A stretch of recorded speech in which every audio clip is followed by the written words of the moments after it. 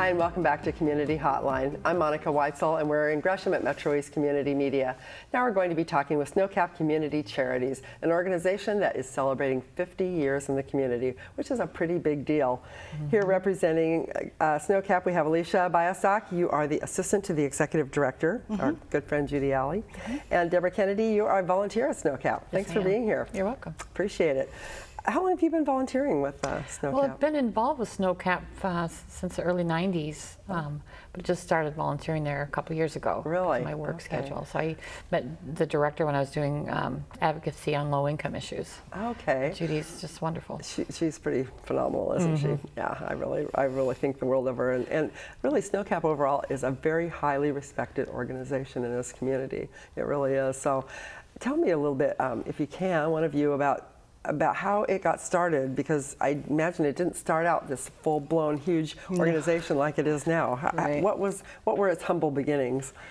We actually started as a bunch of different churches. We operated in church basements for quite a long time.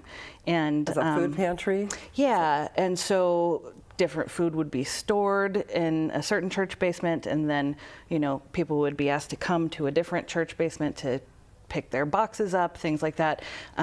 So from an organization that started as a volunteer organization to an organization that is still volunteer driven but has employees as a nonprofit, we have gone from sort of just being wherever we can to having our own building with our warehouse and all of our services all in one place. So that happened in about 1998, I think, is when we moved into that, or 1999 maybe. What are some of the other changes that have happened during this time? I mean, you got a community garden. You have that community garden, right? That's still going strong? Yes, over 40 plots. I don't remember the exact number, but yeah, we have community gardens for clients to use and grow their own food and vegetables, and they donate a portion of what they grow back to the pantry. So that's great. I like that. Yeah, it's a great thing. And clothing closet, or what, I'm not sure what you call it, but you have clothing available. To families too. Yeah. So food, clothing, a community garden. We have a mobile food pantry that visits low-income housing locations. I don't know if I was aware of that. Yeah. So we do. Mobile food pantry is out on the road several days a month, visiting low-income housing in the area, and people who can't, because transportation is a huge issue. So if folks can't make it to the pantry itself, then mobile food pantry is a great resource for them. So that's something that was added fairly recently, as far as 50 years go. Right. As far as 50 years ago. Yeah. And if I understand correctly, also within the last maybe year or two, you've started actually maybe upgrading your computer system, so you're tracking a lot of the people your clients. Is that right? To know where the need is and. Is that right? Yes. We actually piloted the Oregon Food Bank's client database. It's called Link to Feed, and it's not super exciting or anything, except for the fact that it gives us the information, the data that we need to find out things about people who need emergency food and who utilize our services, so that we can better advocate for them in the future, because we identify and keep track of those needs. Right. I think that's really important. I mean, it may not be the glamorous part of any kind of a job, but it's important to have that information. Well, especially when you're doing advocacy and talking to legislators and other community leaders, if you have that information and those facts, it helps to tell the story. So you have to have those. You've been with the organization one way or another for quite a while. Have you personally seen the difference that this kind of service makes in people's lives? I'm sure you have absolutely, absolutely. It's very humbling, because you know, you don't realize how fortunate you are until you hear people's stories and know what they've gone through, and that's one of the reasons why I like to volunteer, because everyone has a story, and so a lot of people make group assumptions about low-income people or people who need assistance, but until you sit down across the desk for someone, or in the case of SnowCap, take them through the pantry and help them pick out food that they want to eat, you no longer make those assumptions, because those judgments. you know, when I worked at the Salvation Army, there are still stories that stay in my heart, and they can make me tear up in a second, knowing that I helped those people and what their lives were like. Right. So, you know, if you can put a smile on someone's face or take away their stress and frustration over their situation for even a moment, you know, why wouldn't you do that? Yes. You're right. I know I worked, I helped work a dinner, Thanksgiving dinner at the church right there by SnowCap one day, and there were some people coming up looking to get some food from SnowCap, and I think it wasn't perhaps open at that moment. Right, we wouldn't have been open on Thanksgiving. But some of the people that came up, I was just talking to them out in the parking lot, and one lady just started crying, and she just kind of, you know, threw her arms around me and was crying, but she was saying, I would not make it. I just couldn't make it if I didn't have this resource. You know, she was just, it was really, really moving. It still moves me to think about it now, that, you know, there are people out there that it's not like they're trying to live off the system. They need that to get them through whatever is going on in their lives. Right. The idea is emergency food for that time where, you know, a lot of us are living paycheck to paycheck. Right. So if, say, you have something go wrong with your car, your main mode of transportation, or you get laid off, or, you know, you have some sort of medical problem, you could then just lose that grocery budget, and then what do you do? Yeah, exactly. And it can happen to any of us at any time. Absolutely. And that's the thing that Exactly. people tend to forget. Right. I think everybody has something happen to them sometime in their life where they need some kind of help. It may not be a monetary thing, it may be some other kind of help, but we need to be sensitive to the fact that there's a lot of people that need help, and that's what being a part of the community is all about. Exactly. To me, the 50 years is, on the one thing, it's sad that 50 years later we still have people who need that kind of assistance, and it's growing. But at the same time, the community has supported SnowCap for 50 years, and that's quite a testament to the world we live in. It is. It More is. and more. You know, it started with volunteers. You still need volunteers. I'm sure you always need volunteers. Yes. But what has changed as far as people donating and giving their time? How has the process changed? I know you're much smaller before, but now there's businesses that are like gathering their employees together to make contributions, or there's community events like your the Fill a Bag program in the holidays. Yes. That's changed a lot, hasn't it? Yes, so they're the individual programs that are very different, but just say an individual donation is a vastly different experience now than it was when we first started. Just with technology changing, you can now click a button online and sign up to donate, you know, $5 a month for a year or forever, however long, if you just want to make a sustaining contribution. Whereas before, you know, maybe you would have to send in a check every month, or you know, drop a check off at the door in or very old food. days. I know that. You know, I know that we still collect food, and that's great when people are able to do that. I also know that the money will go further. Is that right? Because if people donate money, you can go to the Oregon Food Bank or to other places and actually make the money go a little further. Yes, we can stretch $5. Actually, we have a graphic that we'll show a little bit later that represents what SnowCap can turn $5 into. Well, let's take a look at those pictures, and maybe we can get an idea, and then we can talk about the new fundraiser that you have coming up. Great. Which that would be your Dine Out for SnowCap. Yes. Right? Yes. Let's see if we can take a look at that. Now, this is the picture That's you were the talking one. about. Yeah, So that's the very $5 one. equals 100 pounds. Yeah, 100 pounds of food. And that's a 100 lot of pounds. food. Yes. you make That's some smart shopping right there. Yes.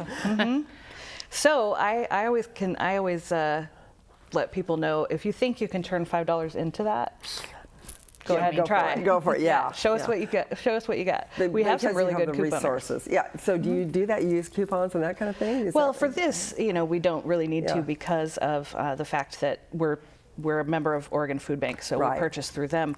But yes, we have a lot of volunteers who do coupon shop for us for that. Great. Yeah, That's great. So, and this is from your clothing closet. We are actually, it's coming up, as many of us know, it is about the end of summer, and thus return to school time. So back to school means back to school clothes. And kids go through clothes so fast. They do, and it's so important for them on that first day of school to be cool Like the other and kids. you know, and I had have to wear nice a uniform to school for the first 8 years. But I always looked forward to wearing my brand new shoes because I got to have brand new shoes. That was Right. yours. Yeah, they Exactly. were mine. And It was that's a a big huge deal. part of it. Yeah. Yeah. So this is the new fundraiser we were talking Yes, about. this was taken last year. Those are actually my folks. These are your parents. Yeah. Hi, So Mom cute. and Dad. Hi. So we started this Dine Out for SnowCap last year. It is a bunch of local restaurants who are contributing a portion of their sales the evening of the event to SnowCap. So they So will. if I went out to dinner at one of those places, is it dinner? Is it just dinner or is it? 5 to 8 p.m. 5 to 8 p.m. There's a So- couple of exceptions, but that's Okay. the primary event time. So if I decide to go out to dinner, then a portion, a percentage or whatever of whatever so the more I spend, the more goes to SnowCap. Is Yeah. that Right. how it works? Exactly. Okay, okay. It's a wonderfully fun event. I mean, it's a weeknight. You get to go out to dinner, share a meal with friends and family. You don't have to do the dishes. Oh, that sounds good to me. I love going out. And a great way to celebrate the 50th anniversary Yeah. of Exactly. SnowCap. I Yes. can't believe it's been 50 years. That's really pretty amazing. Yes. Yeah. So what is the date of the event, the Dine Out? That's It's August 23rd. August 23rd, okay. And if you want to get a list of the restaurants, they're on your website, is that right? Yes. So tell me what kind of restaurants you have lined up. Well, we have a bunch of different kinds of restaurants. We actually have something for everyone. Different price points. Okay, good, good. So we have some fast food restaurants to fancy restaurants like Riverview. We've yeah. got Burgerville and Dairy Queen. Okay, so one in the Burgerville and the Dairy Queen. Pizza Riverview, which is restaurants, nice. pubs. So there's 17 restaurants at 25 sites. Wow. Across mostly in East County.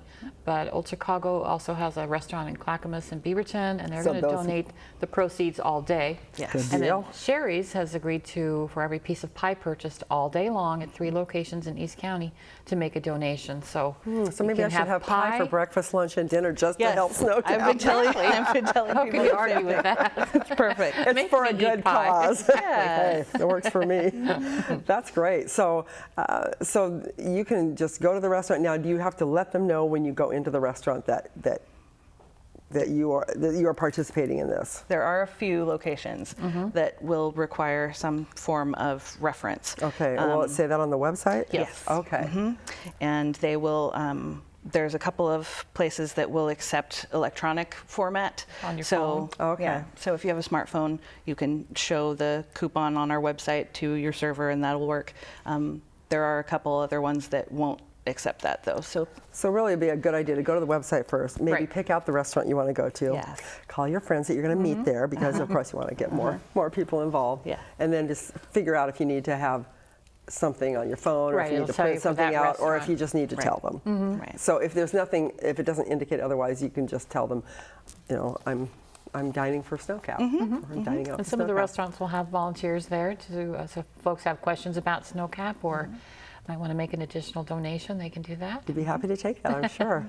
We're almost out of time. So what else do we need to know about SnowCap and its 50th year that maybe we don't know about? Well, we will be having events throughout the year next To year. celebrate? To celebrate, yes. Okay. And we will be announcing those events as they come along. But if anyone out there has stories or photographs of SnowCap or their experiences with SnowCap, or clients, or have been to SnowCap as a client or used to volunteer, anything like that, we're interested in hearing those stories and seeing those So just photographs. compiling all that. So history, yeah, right. so And I bet there's a lot of them out there. Yes. I know, that's Yeah. great. I know one of our employees every Wednesday, Lauren, he's there, volunteering, because it's a good place to volunteer. People, that the money is going where it needs to go. Yeah. Exactly. And it's helping people that could be your neighbors. Yeah. Yeah.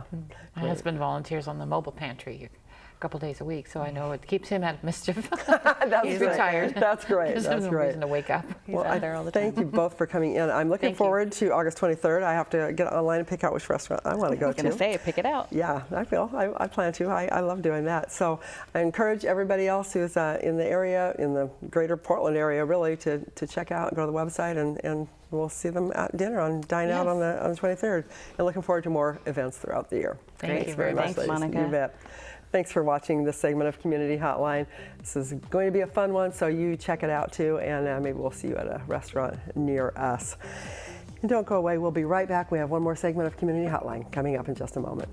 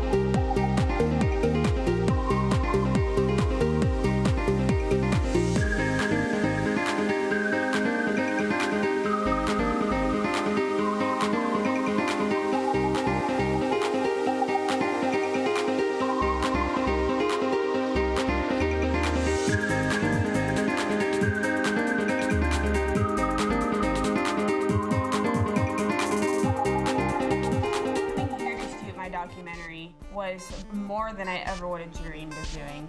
This is a community media station. It was phenomenal. Ready, camera, one. What is it about this place that makes so many different people come together? Ready, camera, two. Very professional, experienced people. You can use these industry standard pieces of equipment. Ready, camera, three. Take three.